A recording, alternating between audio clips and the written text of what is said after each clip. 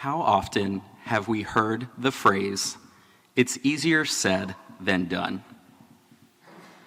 I'll admit that I tend to consider myself a realist, quick to point out or see the difficulty in a situation or action. The central message of the reading tonight just might fit the phrase of easier said than done. The first two commandments, and the greatest, to love God and love your neighbors as yourself. I often feel that people, myself included, miss that last part. To love God and others as yourself.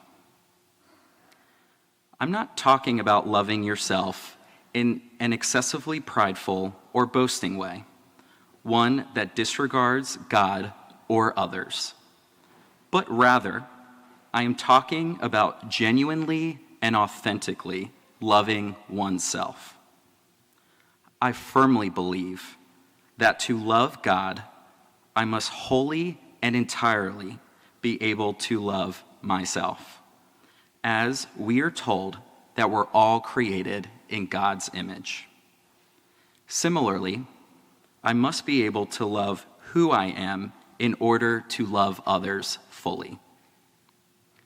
For me, the journey of self-love has been a challenging, ongoing process.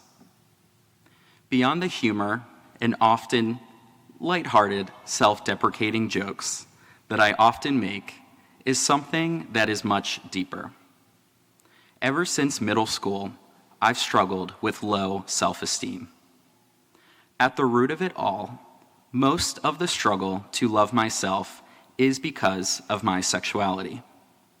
In fact, I could not honestly admit to myself until my junior year of college that I am gay. To make matters more complicated, the version of God I was taught and knew growing up meant that God loved me, but did not condone or value my sexuality. Rather than recognizing that God, in fact, does love me, all of me, I fed into the projected version of a God with conditions or strings attached to receive love.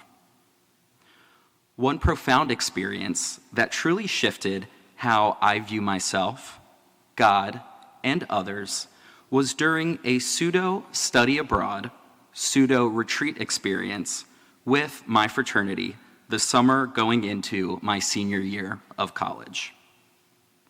On that trip, surrounded by strangers turned into the truest of brothers and friends, I came out as gay for pretty much the first time.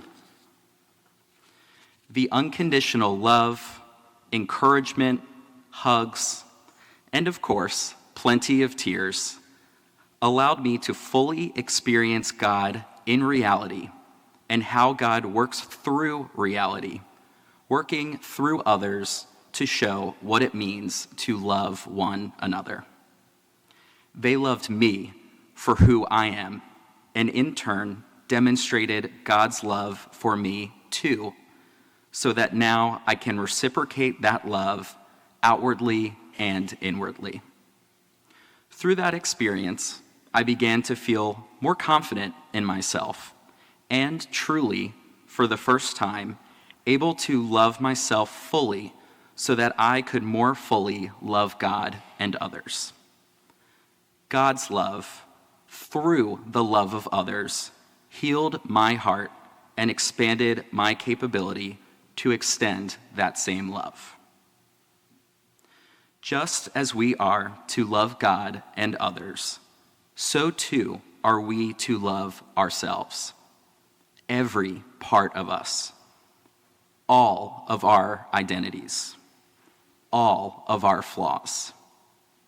To not love myself renders me incapable of loving God and others. I know that, for me, this is a helpful reminder to continually work on loving myself, all of myself, so that I may live up to the greatest commandments, to love God and love those around me.